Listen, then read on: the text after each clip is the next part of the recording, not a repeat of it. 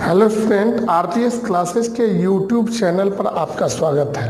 आज हम colligative property का अंतिम भाग परासरण दाब या ऑस्मोटिक प्रेशर के बारे में अध्ययन करेंगे। इसमें ये जो है हमारा चौथा कॉलिगेटिव प्रॉपर्टी है, यानी चौथा अनुषंग गुण धर्म है जो अणुओं की संख्या पर निर्भर करता है। हम स्टूडेंट दो अंडे लेते हैं, उन दोनों अंडे को लेकर हम दोनों को हाइड्रोक्लोरिक अम्ल यानी एसिड के में डुबाते हैं। थोड़ी देर छोड़ने के बाद दोनों अंडों को निकाल लेते हैं और एक को शुद्ध जल में और दूसरे को ब्राइन यानी सोडियम क्लोराइड का घोल, जो साधारण नमक हमारे घर में उपयोग होता है, उसके घोल में डाल देते हैं। थोड़ी देर के बाद हम निकालते हैं और अंडे को जब छीलते हैं तो देखते हैं कि जल वाला अंडा थोड़ा सा फूल गया है, जबकि सोडियम क्लोराइड यानी ब्राइन में डाला गया अंडा थोड़ा सा सिकुड़ गया है। ऐसा इसलिए होता है क्योंकि परासरण में यानी ऑस्मोसिस में पदार्थों का परिवहन जो है उच्च सांद्रता से निम्न सांद्रता या निम्न सांद्रता से उच्च सांद्रता की ओर होता है। कुछ लोगों का ऐसा मानना है कि परासरण और विसरण यानी डिफ्यूजन और ऑस्मोसिस दोनों एक ही प्रक्रिया है। वास्तविक रूप से जब हम देखते हैं तो यह एक प्रकार की प्रक्रियाएं नहीं है। हम विसरण को यानी डिफ्यूजन को जब ध्यान से देखते हैं तो डिफ्यूजन में क्या होता है, दो पदार्थों का अंतर मिश्रण, यानी हम इत्र को की शीशी को खोल दें या अगरबत्ती को कमरे में जला दें, पूरा कमरा जो है थोड़ी देर में गमकने लगता है या किसी प्रकार का दुर्गंध आ रहा है तो वह हमें ये डिफ्यूजन के कारण जो है हमारे नाकों तक पहुंचता है। लेकिन परासरण में ऐसा नहीं होता है। परासरण में जो है पदार्थों का आवागमन जो है एक सेमी परमिएबल मेम्ब्रेन के द्वारा होता है। इसमें पदार्थ जो है सेमी परमिएबल मेम्ब्रेन की सहायता से ही एक क्षेत्र से दूसरे क्षेत्र की ओर जा पाते हैं। जैसे हम अपने शरीर के ऊपर अगर तेल को लगाते हैं तो तेल चूंकि हमारे शरीर के लिए उपयोगी है, तो सेमी परमिएबल मेम्ब्रेन यानी हमारा शरीर जो है कोशिकाओं से मिलकर बना है। थोड़ी देर के बाद तेल गायब हो जाता है। आखिर यह तेल जाता कहाँ है? तो यह तेल जो है हमारे शरीर के रोम छिद्रों यानी सेमी परमिएबल मेम्ब्रेन के द्वारा अवशोषित कर लिए जाते हैं। तो हम देखते हैं आज सबसे पहले ऑस्मोटिक प्रेशर यानी परासरण दाब। What is osmosis? परासरण क्या है? तो जिस प्रक्रिया में तनु विलयन का विलायक यानी सॉल्वेंट किसी अर्धपारगम्य झिल्ली द्वारा सांद्र विलयन में प्रवाहित होकर पद्धति यानी सिस्टम को साम्यावस्था में ला दे, उसको परासरण कहते हैं। What is osmosis? परासरण क्या है? The spontaneous flow of a solvent through a semi permeable membrane from a solution of lower concentration, मतलब निम्न सांद्रता से, into one of higher concentration, उच्च सांद्रता की ओर, बाय विच इक्विलिब्रियम, और इसको साम्य अवस्था में ला दे। इस प्रक्रिया को हम क्या कहते हैं? परासरण कहते हैं। It is called osmosis. Osmosis is a Greek word. यह जो है ग्रीक भाषा का एक शब्द है। परासरण वो अंग्रेजी में ऑस्मोसिस कहते हैं। ऑस्मोसिस एक ग्रीक वर्ड है, ग्रीक शब्द है, जिसका अर्थ होता है पूस यानी धकेलना। What is osmotic pressure? Osmotic pressure यानी परासरण दाब क्या है? इफ ए सॉल्यूशन, यदि हम एक सॉल्यूशन से separated from the solvent bye means of semi permeable, से जो है सेमी परमिएबल मेम्ब्रेन यानी अर्धपारगम्य झिल्ली की सहायता से उसके विलायक को अलग करना चाहते हैं। क्योंकि आप जानते हैं कि सेमी परमिएबल मेम्ब्रेन से सिर्फ सॉल्वेंट को ही अलग किया जाता है, सॉल्यूट को अलग नहीं किया जा सकता है।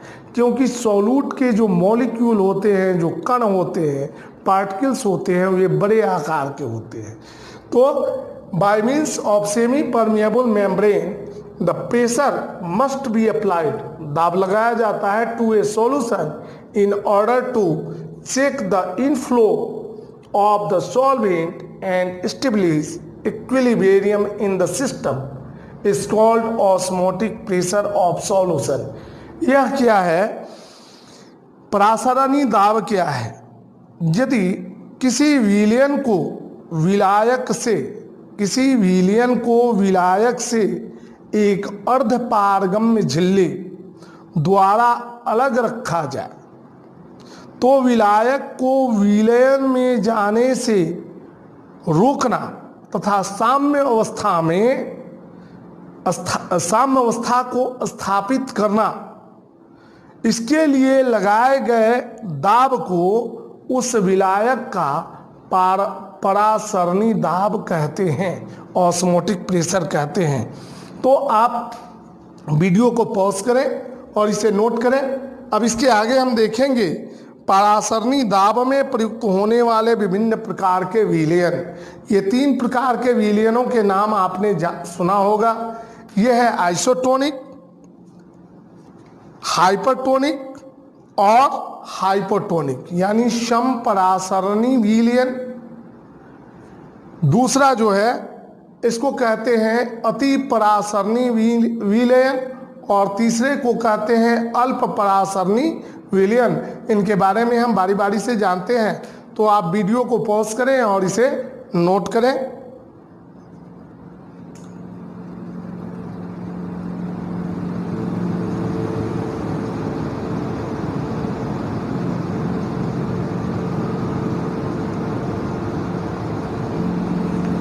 देखते हैं different type of solution used in osmotic pressure, यानी परासरणी दाब में प्रयुक्त होने वाले विभिन्न प्रकार के विलयन।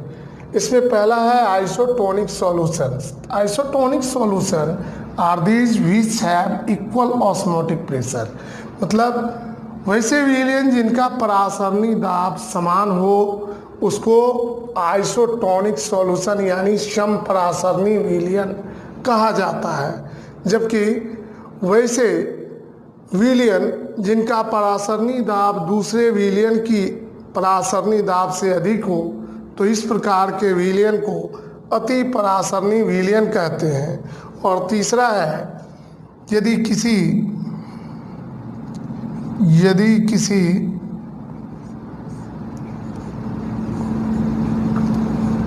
विलयन का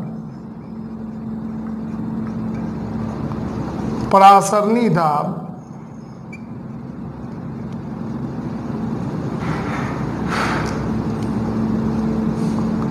दूसरे विलयन के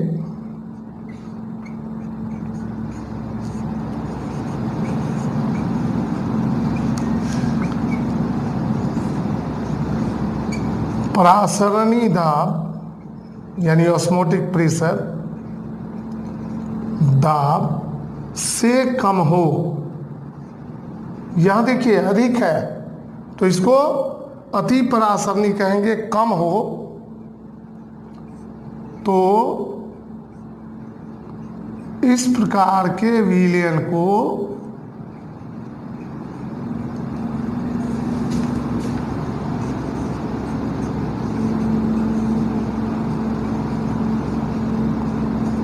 अति अल्प परासरणी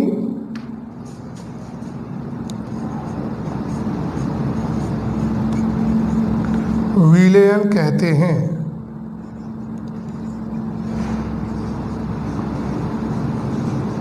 अर्थात इसको इस प्रकार डिफाइन किया जाता है, solution is said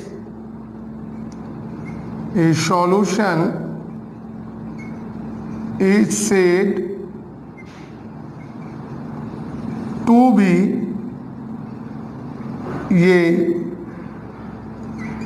hypotonic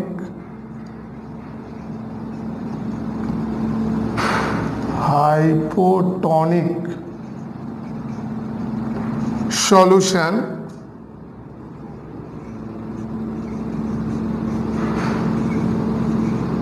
with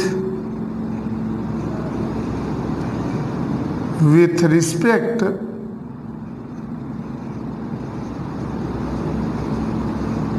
to another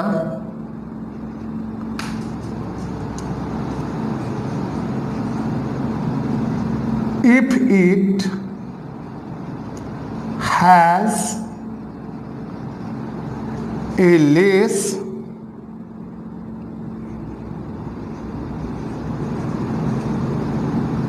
osmotic pressure.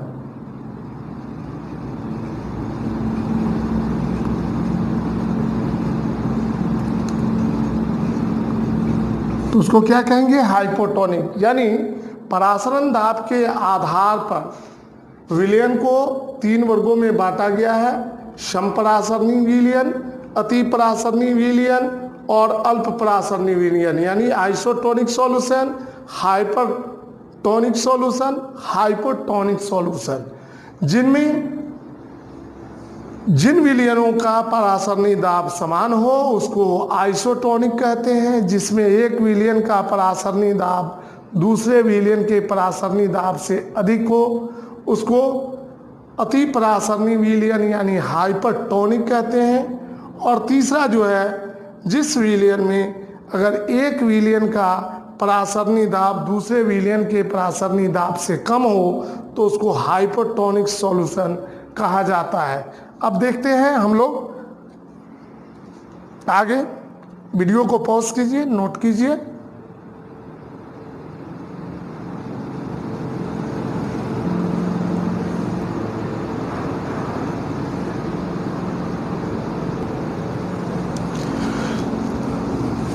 चूंकि परासरणी दाब एक अनुसंख्य गुण धर्म है,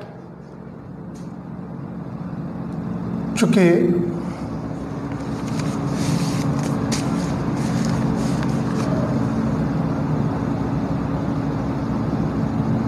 since osmotic pressure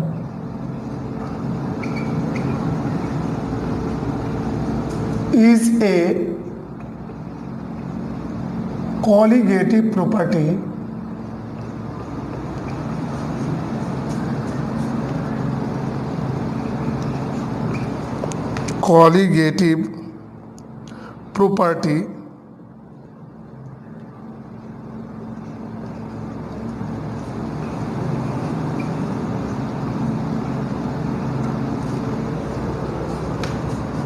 because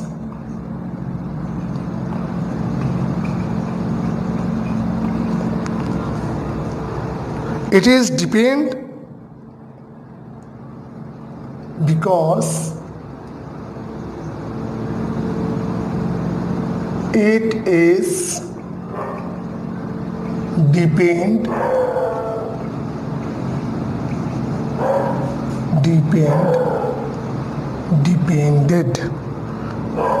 depended upon number of molecules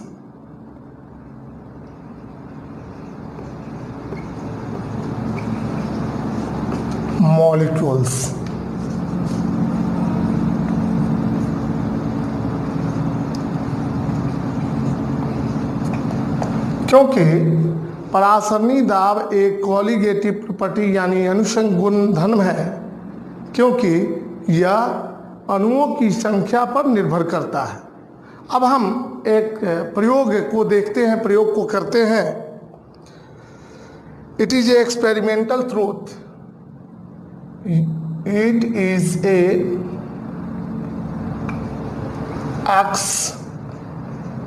पेरिमेंटल truth, यह जो है प्रायोगिक ढंग से सत्यापित है।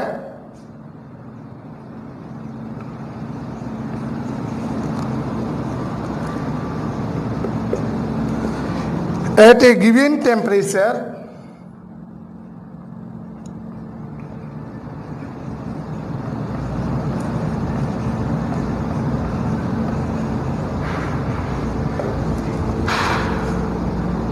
the osmotic pressure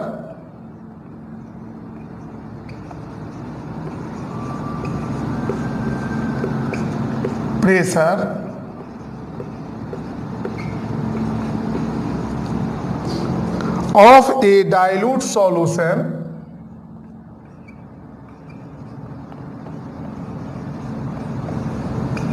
यानी तनु विलियन है,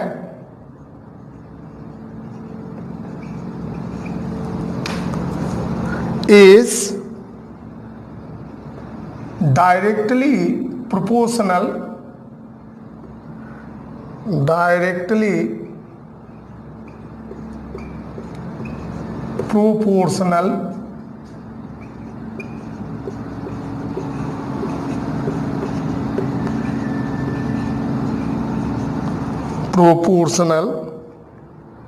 to its molarity,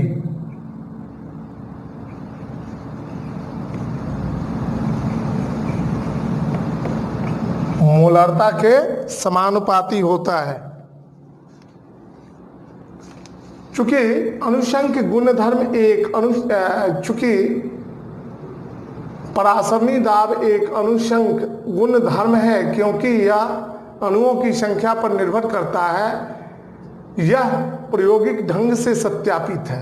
eight a given temperature the osmotic pressure of a dilute solution is directly proportional, यानी परासरणी दाब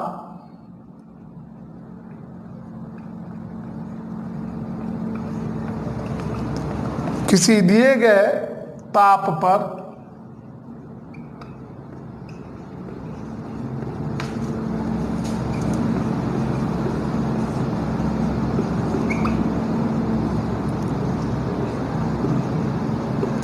तनु विलयन के किसी दिए गए ताप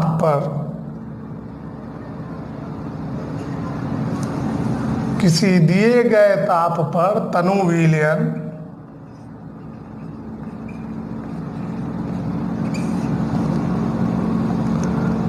का परासरणी दाब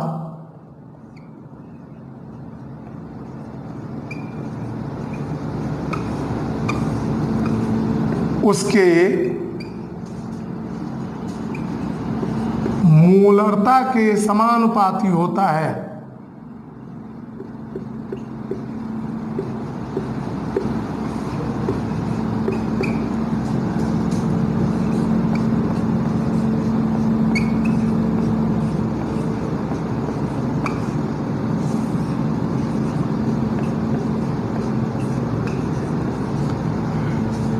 At a given temperature, the osmotic pressure of a dilute solution is directly proportional to its molarity.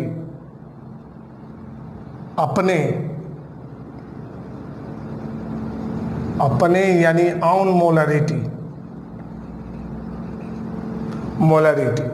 मोलरता के समानुपाती होता है। देखते हैं इसको। इसके अनुसार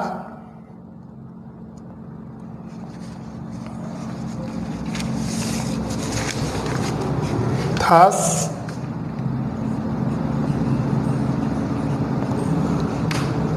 pi equal CRT,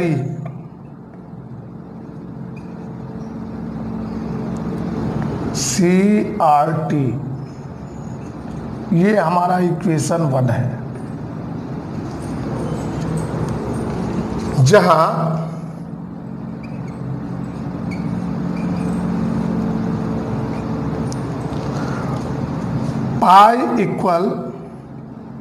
pi is osmotic pressure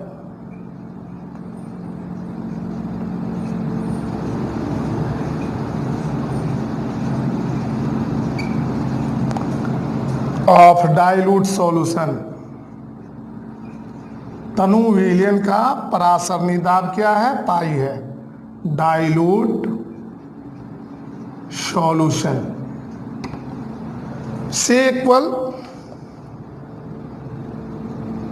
molarity of solvent, molarity of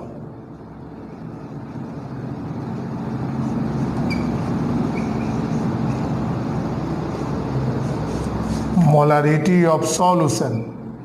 विलयन का क्या है? मोलरता है। सॉल्यूशन, विलयन की मोलरता को किससे सूचित किया गया है? C से। R इक्वल गैस कांस्टेंट, ये गैस नियतांक है, और T इक्वल टेम्परेचर, टेम्परेचर।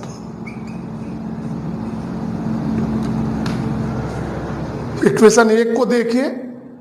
किसी दिए गए ताप पर तनु विलयन का परासरणी दाब उसके मोलरता के समानुपाती होता है, अर्थात पाई इक्वल CRT, जहां पाई जो है यह तनु विलयन का परासरणी दाब है, C जो है यह विलयन का मोलरता है, R जो है गैस नियतांक है, और T क्या है?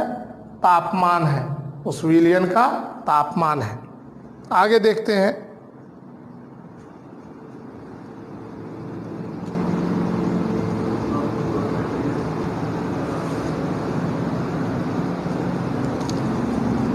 इक्वेशन 1 को हम इस प्रकार व्यक्त कर सकते हैं। We show that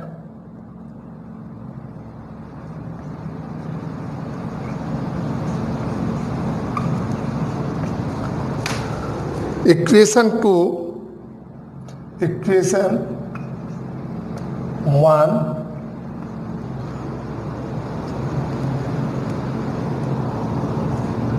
to its wise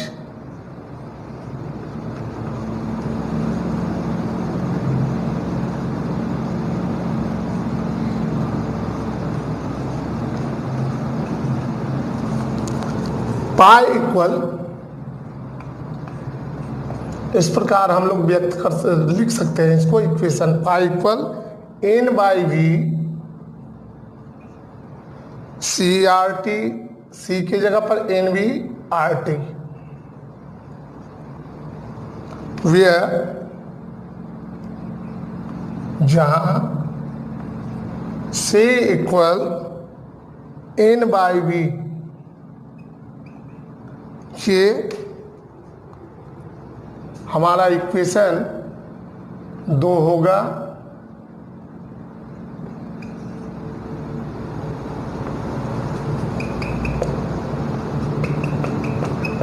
चूंकि C इक्वल क्या होता है?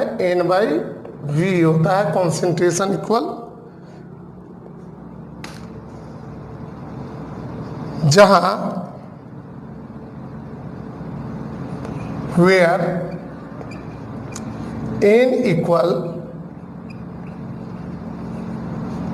N is mole of solute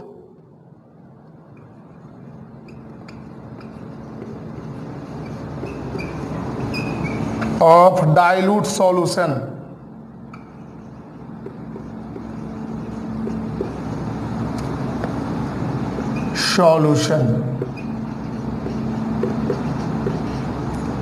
N क्या है?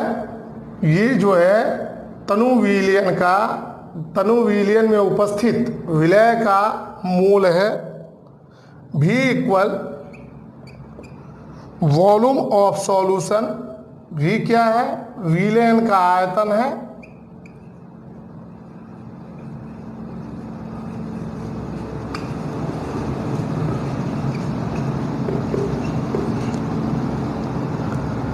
तो n क्या हो गया, मोल ऑफ सॉल्यूट, और v क्या हो गया, volume of solution. We know, हम जानते हैं कि मोल n इक्वल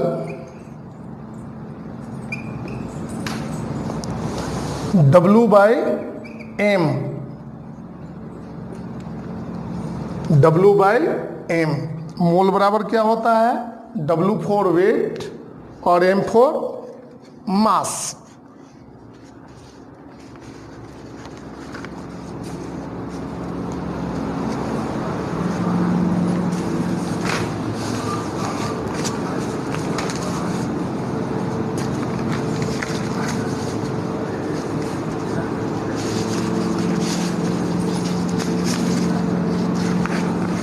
जहां W बराबर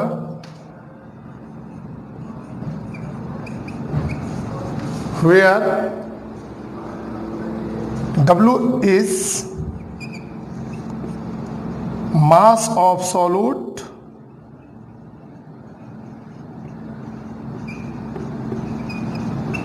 और M is molar mass of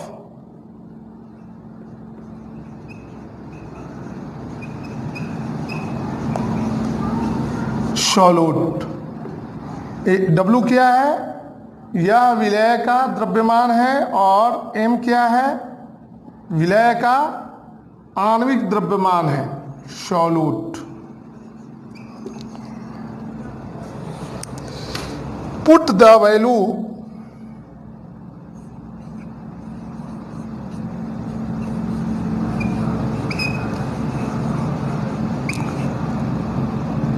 of n क्या है, W by M. Put the value of n in equation 2।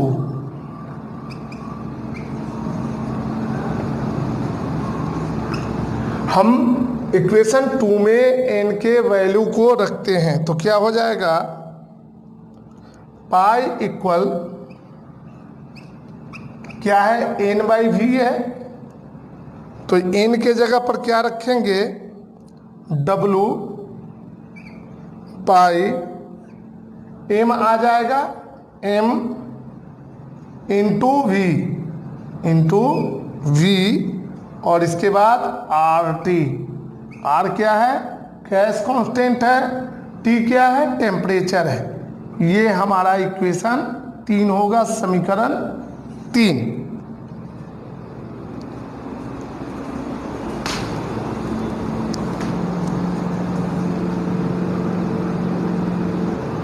Equation 3 को देखते हैं तो क्या आया, पाई इक्वल W बाय M इंटू वी RT। चूंकि यह मल्टीप्लिकेशन में है m, तो हम इसको इधर लाएंगे, बराबर के इधर लाएंगे तो पाई m हो जाएगा, बराबर W बाय वी RT हो जाएगा। अगले स्टेप में चलते हैं तो m इक्वल M क्या है, molar mass of solute. M यानी मोलर मास ऑफ सॉल्यूट। इसको हम M से सूचित किए हैं, तो M इक्वल क्या हो जाएगा, M इक्वल हो जाएगा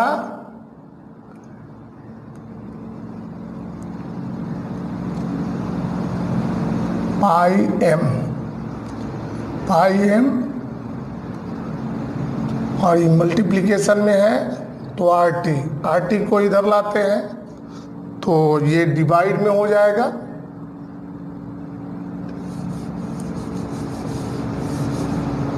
तो पाई एम ये मल्टीप्लिकेशन में है तो इधर आएगा, तो डिवीजन में आर टी इक्वल क्या है, डब्ल्यू बाई वी। तो एम इक्वल क्या होगा, एम इक्वल हो जाएगा डब्ल्यू, इससे इसमें गुना करेंगे, इसमें इसको ऐसे गुना करते हैं तो पाई एम भी इक्वल डब्ल्यू आर टी ले जाते हैं उधर, तो एम इक्वल क्या हो जाएगा, एम इक्वल हो जाएगा पाई भी बटे W R T,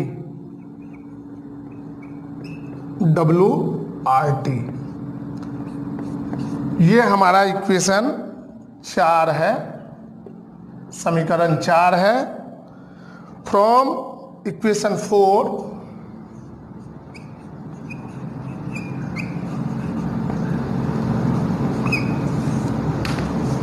from equation 4 से आई खत्म हो चुका है। रात के 11:19 हो रहे हैं। इक्वेशन 4 वी नो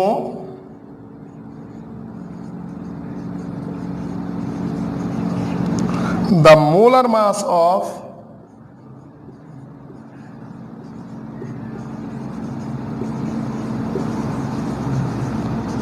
solute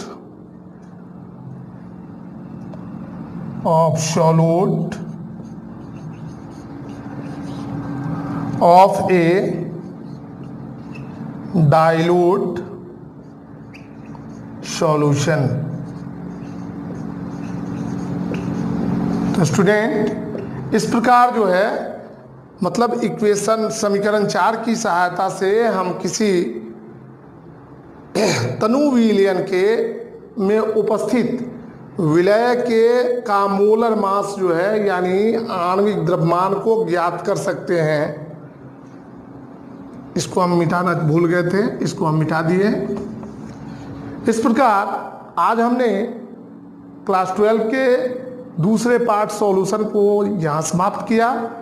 अब तीसरे पार्ट के बारे में हम लोग अगले वीडियो में अध्ययन करेंगे। तब तक के लिए बाय बाय।